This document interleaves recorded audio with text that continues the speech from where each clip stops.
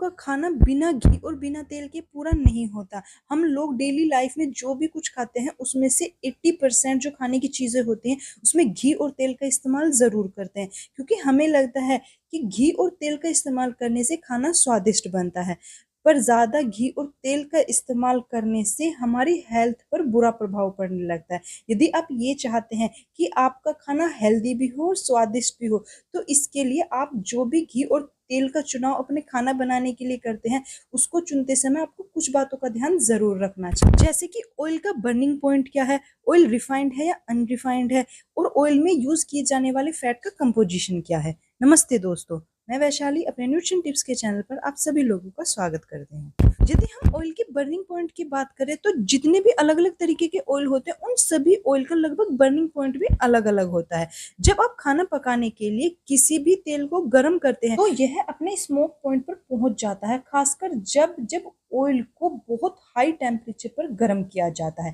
इस पॉइंट पर जाकर जो ऑयल होता है उसमें चेंज होने लगते हैं, या ऑयल के जो मॉलिक्यूल्स होते हैं वो ब्रेक डाउन होने लगते हैं। जब ऑयल इतना गर्म हो जाता है कि उसमें ब्रेक डाउन होने लगते हैं तो फिर ऑयल में ऑक्सीडेशन होना शुरू हो जाता है, जिसके कारण ऑयल फ्री रेडिकल्स छोड़ने लगता है। और ये जो फ्री रेडिकल होते हैं वो हमारी हेल्थ के लिए काफी नुकसानदायक होते हैं, और साथ ही हमारा जो हार्ट होता है उसको भी अनहेल्दी करने का काम करते हैं। यही कारण है कि किसी ऑयल को एक बार बॉईल करके उसमें खाना बनाने के बाद दोबारा उसमें खाना बनाने के लिए मना किया जाता है, क्योंकि ये ऑयल फ्री रेडिकल छोड़ने लगता है, जो हमारे हार्ट को तो अनहेल्दी करता है, ये साथ ही ये ज्यादा इस्तेमाल करने से कैंसर को भी उत्पन्न कर सकता है।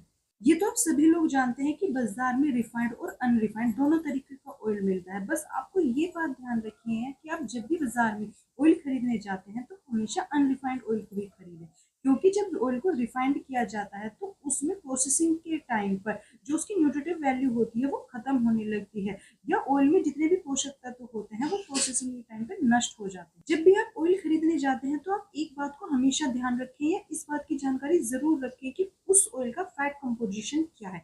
यदि उस ऑयल में म्यूफा और प्यूफा है तो ये आपके लिए अच्छा होता है, आपकी हेल्थ के लिए बेनिफिशियल होता है, क्योंकि जो म्यूफा पॉली अनसैचुरेटेड और PUFA poly unsaturated fatty acids होते हैं वो अच्छे कोलेस्ट्रॉल यानी जो गुड कोलेस्ट्रॉल होता है उसको प्रमोट करते हैं और बैड कोलेस्ट्रॉल को कम करने का काम करते हैं। और जिस ऑयल के फैट कंपोजिशन में सैचुरेटेड फैट और ट्रांस फैट होता है उस तरीके के ऑयल को कभी नहीं खरीदना चाहिए, क्योंकि सैचुरेटेड फैट या ट्रांस फैट ये एलडीएल यानी बैड कोलेस्ट्रॉल होते हैं, और बैड कोलेस्ट्रॉल आपके ओवरऑल हेल्थ के लिए काफी नुकसानदायक होते हैं। और इनका सबसे ज्यादा खतरनाक प्रभाव जो होता है वो आपकी हार्ट हेल्थ पर पड़ता है। यदि आप अपने आप को हेल्दी भी रखना चाहते हैं और अपने खाने को भी स्वादिष्ट बनाना चाहते हैं तो इसके लिए आप हमेशा एक अच्छे ऑयल का इस्तेमाल खाना बनाने के लिए करें।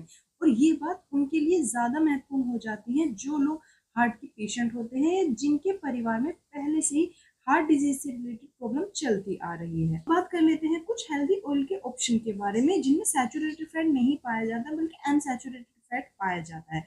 पर आप किसी भी ऑयल को रेगुलर अपनी डाइट में शामिल करने से पहले उस ऑयल को एक दो बार टेस्ट करके या खाना बनाकर जरूर देख लें। यदि उस ऑयल से या किसी भी खाने की चीजें से आपको एलर्जी होती है तो उसको अपनी डाइट में शामिल ना करें, क्योंकि फूड एलर्जी काफी खतरनाक हो सकती है। सबसे पहले बात कर लेते हैं ऑलिव ऑयल। ऑलिव ऑयल जो होता है वो मोनो अनसैचुरेटेड फैट से रिच होता है, जो एलडीएल यानी बैड कोलेस्ट्रॉल जो होता है उसको रिड्यूस करने का काम करता है, साथ ही एचडीएल यानी जो गुड कोलेस्ट्रॉल होता है उसको इंक्रीज करने का काम करता है। साथ ही ऑलिव ऑयल में पॉलीफिनॉल भी पाया जाता है जो फ्री रेडिकल डैमेज को रिड्यूस करता है, साथ ही जो इन्फ्लामेशन होता है बॉडी में उसको भी कम करने का काम करता है।